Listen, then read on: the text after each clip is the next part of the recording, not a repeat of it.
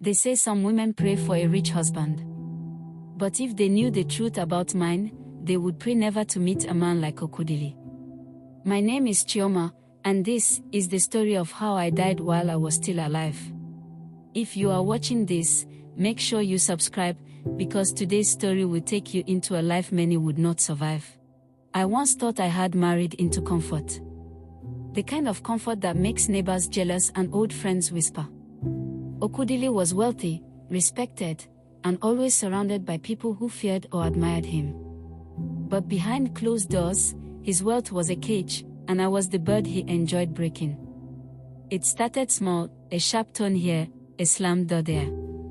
Then came the slaps, the shoves, the nights when my body became his punching bag because I had embarrassed him or looked at him the wrong way. He made sure I had beautiful clothes, but they covered bruises no one was allowed to see. He controlled everything. Who I spoke to, where I went, even how much air I seemed allowed to breathe. And he had one favorite threat, that if I ever tried to leave him, I would not live to tell the story. The breaking point came one rainy night.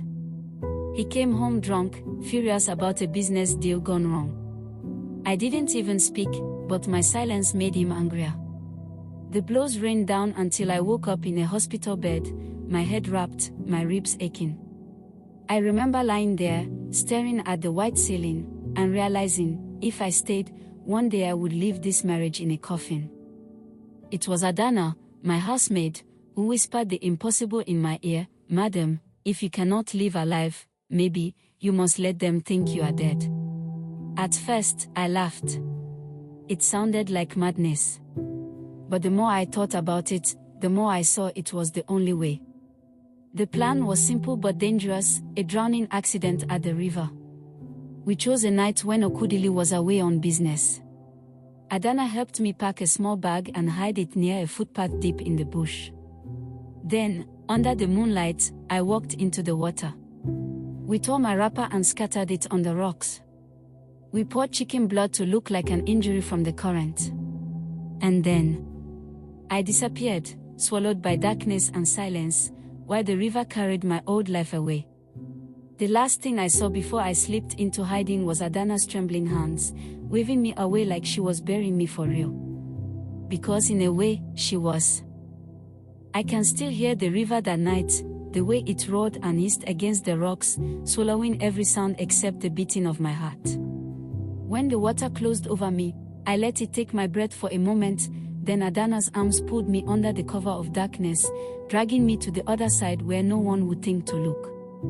For 3 days, I hid in her family's mud brick compound at the edge of the village.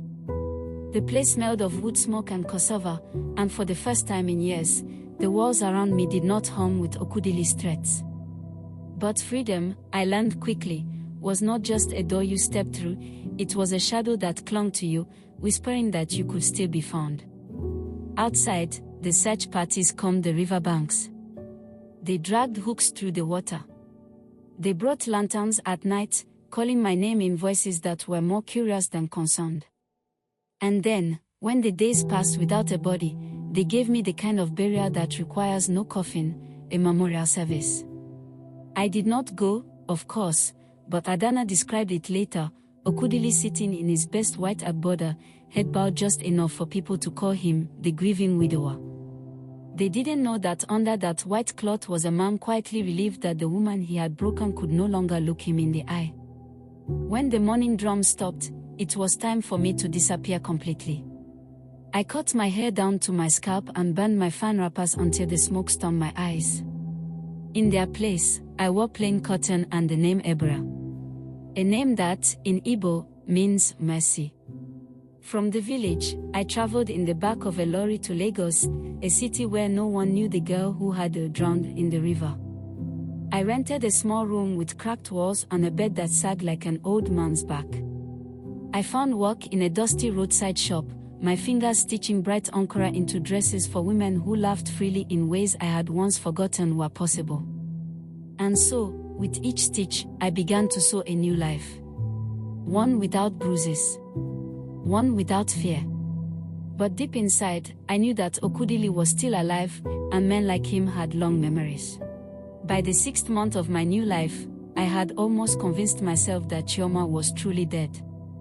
Ebra, that was my new name, was a quiet woman who kept to herself, lived in a modest one-room apartment in Ajigona, and spent her mornings hunched over a sewing machine, letting the hum of the needle drown out old memories. The city had a way of swallowing people whole, of letting you disappear in the noise. Nobody cared where you came from or why you had shadows in your eyes. If you paid your rent, minded your business, and kept your head down, Lagos would pretend not to notice your scars. My small seamstress work was growing. I had regular customers, market women who wanted wrappers stitched neatly, and 2 young ladies who loved bringing me fabric for weekend gowns. There was even a man, Chinidu. He was soft-spoken, the kind of man who offered to carry heavy bags without making a show of it. Sometimes, he'd sit in my shop after work, talking about little things, the price of tomatoes, the madness of Lagos traffic, his dream of one day opening his own auto repair garage. I told myself he was just a friend, but I could see how his eyes softened when they met mine. For the first time in years, I felt like I was breathing without fear. My nights were peaceful. My mornings were mine. Then Adana came. She arrived unannounced, barging into my shop with the same restless energy she had back in the village. My heart raced at the sight of her. She was the only person alive who knew Chioma hadn't drowned. I closed the door quickly, afraid her loud voice would spill secrets into the street. "Ebra, you won't believe what I came to tell you," she whispered, though her eyes were sharp with something between pity and anger. I thought maybe Okudili had died. Or maybe his mother had fallen ill. I wasn't prepared for the words that fell from her mouth. "Your husband," she paused, correcting herself, "Okudili, has married Ngozi." At first, I laughed. It couldn't be true. Ngozi. My own younger sister. The girl who used to sleep curled beside me on harmattan nights. The girl I had defended from Okudili's sharp tongue more times than I could count. But Adana's face told me it was no joke. It was a small ceremony. No one questioned it too much, people thought you were dead. And Chioma, she's pregnant. The world tilted. My sister, pregnant for the man I had run from. I wanted to ask how. But the answer was already clawing at me. Okudili had wasted no time. My absence had not been a wound for him, it was an open door. Adana leaned closer, lowering her voice. "The family is celebrating. They say Ngozi is a blessing after the tragedy. Some even say she's doing what a good sister should, keeping the family line alive." Her words cut deeper than any knife. I didn't know which betrayal hurt more, Ngozi stepping into my place, or Okudili finding comfort so quickly in her arms. That night, I sat alone in my small room, staring at my sewing machine. My hands kept threading the needle, but my mind was miles away, in the dusty courtyard of my father's compound, watching my younger sister wear the life I had escaped. The city around me was loud, generators humming, radios blaring, but inside me, there was only a heavy, ringing silence. And in that silence, I realized something that froze my heart. I had run to save myself from Okudili, but my running had only passed the danger to someone else. I will not lie to you, I almost stayed in Lagos and let my sister drown in the same waters that nearly swallowed me. Part of me thought, she made her choice. She took my place, let her face what I faced. But blood is stubborn.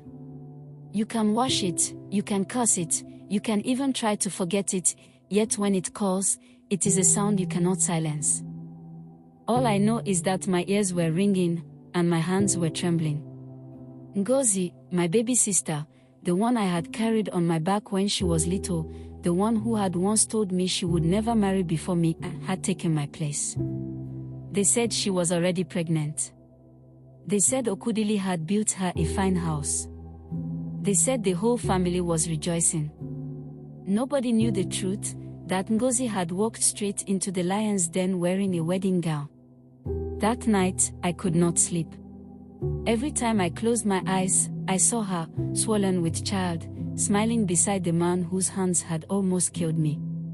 I remembered his grip on my throat. I remembered the darkness. And I knew I could not leave her there. The next morning, I boarded a bus back to the east. My hands shook the whole way, but my mind was made up. If I had to risk my life again, so be it.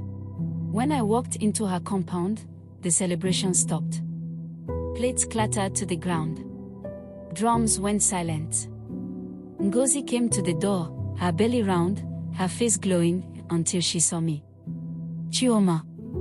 Her voice cracked like glass. I stepped forward. "Yes. Your sister. The one who is still alive." Gasps rippled through the crowd. Okudili stood frozen, then his eyes narrowed like a man cornered. I turned to Ngozi. "You are not his wife. You are not safe. He will not change. He nearly killed me. Do you think you are different?" Her face twisted in pain, but not the kind I expected. She turned on me like a wounded animal. "You should have stayed gone. You ruined everything." That was when I realized she loved him.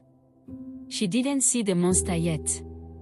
And my words had just torn down the house she thought was a palace.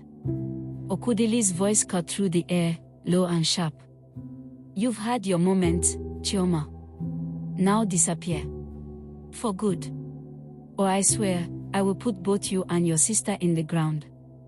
And standing there, with the sun burning down and my heart beating like a drum of war, I knew this was no longer just about escape.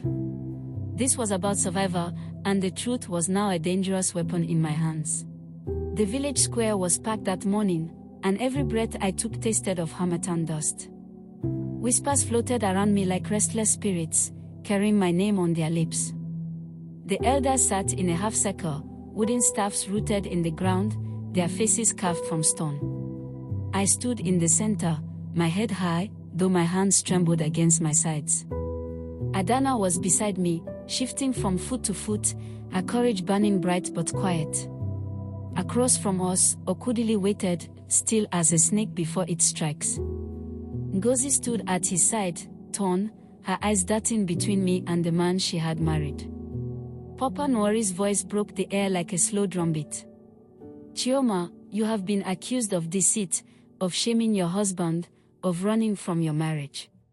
Speak now. Why did you do it?" The crowd's murmurs rose and fell, but I no longer feared their judgment. I took one step forward, gripped the edges of my blouse, and pulled it down from my shoulders. Gasps rippled through the square as the sun lit up the faded whip marks and the dark, fresh bruises scattered across my skin.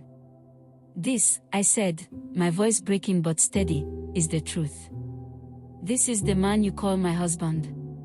The man who smiles at you in the daylight and turns into a beast when the night hides your eyes. The man who told me no one would believe me." Adana's voice rang out beside me. I saw it. I heard her cries. I saw the blood. Ngozi's lips trembled. "You are my sister, but Okudili is my husband. Are you saying this only to destroy my home?" Before I could speak, Okudili's control snapped. His voice thundered through the square, "Enough of these lies." And in a single motion, his hand struck Ngozi across the face. The slap was louder than any drum. Ngozi stumbled back, clutching her cheek, her eyes wide with a new, terrible clarity. She stared at him, and I knew the truth had finally reached her. Papa Nwari rose, his staff striking the earth with finality. "We have seen enough. Chioma's death was no crime, it was a shield. She is free." Approval rippled through the crowd.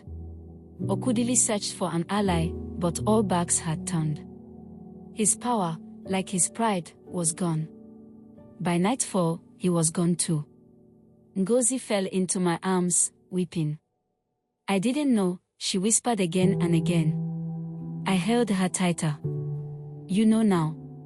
And you're safe. That's what matters." The elders called me a widow, but not of death, of survival. Ngozi stayed in the village to raise her child, wrapped in the safety of family. I returned to Lagos, this time truly free. And as I walked away from that square, I knew no man's control would ever be stronger than the bond between sisters.